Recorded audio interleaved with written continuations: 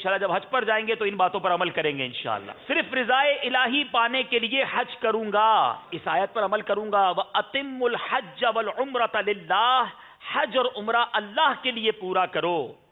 اسی طرح ایک اور نیت کرتے ہیں، حضور اکرم صلی اللہ تعالی علیہ وسلم کی پیروی میں حج کروں گا، ماں باپ کی رضامندی لے لوں گا، مال حلال سے حج کروں گا. یہ بڑی اہم بات ہے، حج پر جانے والوں غور سے سنیے. مال حرام سے اگر کوئی حج کرتا ہے اس کے حج قبول ہونے کی امید نہیں، اگرچہ فرض اتر جائے گا.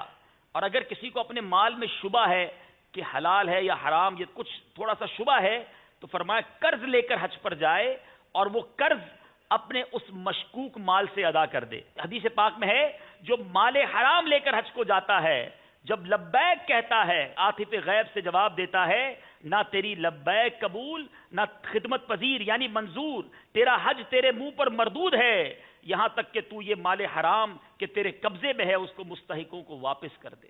تو حرام کما کر نہیں، حلال توشہ لے کر حلال مال سے حج کو جانا ہے. پھر ایک اور نیت کرتے ہیں کہ سفر حج کی خریداریوں میں بھاؤ کم کروانے سے بچوں گا.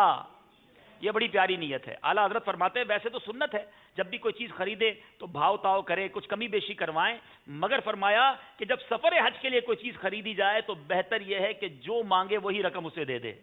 یہ بھی گویا ایک مکے مدینے سے محبت ہے نا، کہ آپ اگر احرام خریدنے گئے ہیں، آپ چپل خریدنے گئے، اگر حج کے لیے سامان خرید رہے ہیں تو اب یہاں بہتر یہ کہ بھاؤ تاؤ نہ کرائے، جو قیمت بتائے اسی قیمت پر وہ خرید لے. تو انشاءاللہ یہ علماء لکھتے ہیں کہ یہ فتاوی رضویہ، اعلیٰ حضرت نے لکھا فتاوی رضویہ میں کہ یہ بہتر ہے. اچھا، چلتے وقت گھر والوں، رشتہ داروں اور دوستوں سے قصور معاف کرواؤں گا اور دعا کرواؤں گا. تو اگر واقعی پہلے تو غور کریں، کسی کا دل دکھایا ہے، کسی کا کوئی حق آتا ہے تو پہلے اس کا حق ادا کریں، اس کی معافی تلافی کریں، ورنہ ویسے بھی گھر والوں سے معافی تلافی قصور معاف کروا کر جائیں، دعائیں کروا کر جائیں. کیا معلوم یہ زندگی کا آخری سفر ہو، اور جس کریم کے در پر جا رہے ہیں اگر حقوق لوگوں کے ہوں گے تو آپ خود سوچیں کہ اللہ کی بارگاہ میں پیش ہونے جا رہے ہیں، پہلے حقوق معاف ہو جائیں، قصور معاف ہو جائیں، لوگ ہمیں دعائیں دے کر بھیجیں تو اس کا لطف بھی اور ہے، اس کا مزہ اور ہے. ایک اور بڑی پیاری نیت امیر اہل سنت نے اس کتاب میں لکھی کہ حاجت سے زائد توشہ، یعنی اخراجات جو ہے نا تھوڑے زیادہ لے کر جائیں، رفقا پر، اس نیت کے ساتھ کہ رفقا پر خرچ اور فقراء پر تصدق یعنی خیرات کر کے ثواب کماؤں گا. اور ایسا کرنا حج مبرور کی نشانیوں میں سے ایک نشانی فرمایا گیا. زبان اور آنکھ وغیرہ کی حفاظت کروں گا. اچھا، دوران سفر ذکر و درود سے دل بہلاؤں گا. اپنے لیے اور تمام مسلمانوں کے لیے دعا کرتا رہوں گا. پریشانیاں آئیں تو صبر کروں گا. اپنے رفقا کے ساتھ حسن اخلاق کا مظاہرہ کرتے ہوئے ان کے آرام وغیرہ کا خیال رکھوں گا.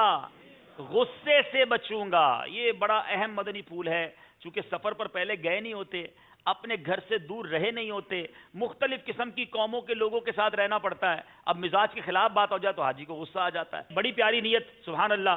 سعادت سمجھتے ہوئے بنیت ثواب مدینہ منورہ کی زیارت کروں گا. سرکار مدینہ صلی اللہ تعالی علیہ وسلم کے دربار گوہر بار کی پہلی حاضری سے قبل غسل کروں گا، نیا سفید لباس، سر پر نیا سربند، نئی ٹوپی اور اس پر نیا امامہ شریف باندھوں گا، سرما اور عمدہ خوشبو بھی لگاؤں گا. نیت کرتے نا انشاءاللہ جب مدینے جائیں گے تو سبحان اللہ آقا کی بارگاہ میں اس طرح حاضر ہوں گے. سبحان اللہ.